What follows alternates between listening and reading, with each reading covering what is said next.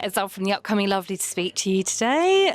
Congratulations on this film. It's beautifully shot. What was it about the script that made you want to climb on board and be a part of this? If nothing else, being able to create a character with my mum was just something I couldn't pass up. Brian, our director, is such a wonder, and our writers are just the most wonderful men, and it all comes from their family history and their knowledge and their lives. So that was really the sort of driving force. And then, yeah, being able to sort of really create a character, even though I'm in it sort of periodically, in these little moments. I think for me and Mum to do something like that together and draw from right at the beginning of a character right to the end of a character, no spoilers, was something that, I hope we'll get to do it again, but if we don't, this was the perfect film to do it, together. And obviously working together, you want that kind of continuity between your characters, because obviously you don't appear on a screen together. So how did you kind of prepare together? Did you sit down and kind of give sort of more of an overview to your character between you? We went on walks, and we basically talked about who she was in high school, who she was as a child, like who she was when she met Carl, when she met her husband, what drew them together, what was she like at school, doing the kind of nitty-gritty stuff of that, which was really useful for me because I'm playing 40 years younger. And then for her, I think being able to use that towards the end and towards the final moments. And the final moment she has with her husband of how many years, I think that was really, really beautiful. So we just, we see each other a lot, so it didn't take much for us to just start talking about the character and building it together. And we were on, we filmed together for the whole time in Finland. I was there the whole time. We could sort of sit and, eat Marmite and crackers in the room and talk about it, and that was really, really wonderful.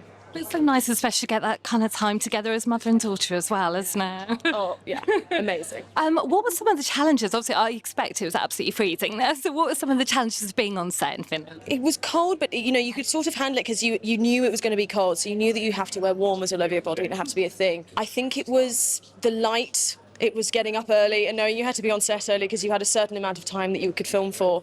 And being on a frozen lake, which is where I film most of my bits, and you hear it cracking beneath your feet and you're having to sort of go, okay, my character is used to this, so I have to be used to this. But the Finns were fine. They'd be walking around going, yeah, that's normal.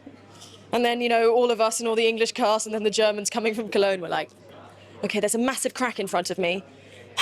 And then you just have to carry on. And then walking on the ice without crampons, because we had to film without crampons on.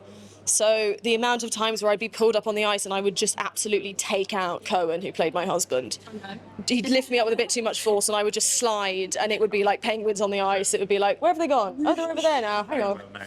That was quite a lot. But it made for so much fun.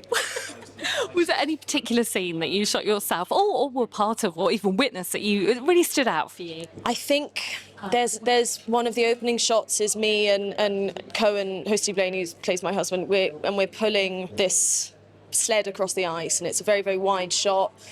And that shot, Brian pulled everybody back, pulled base back, and it was just me and Cohen, a sled and a walkie-talkie, and the walkie-talkie was stuffed into my overalls.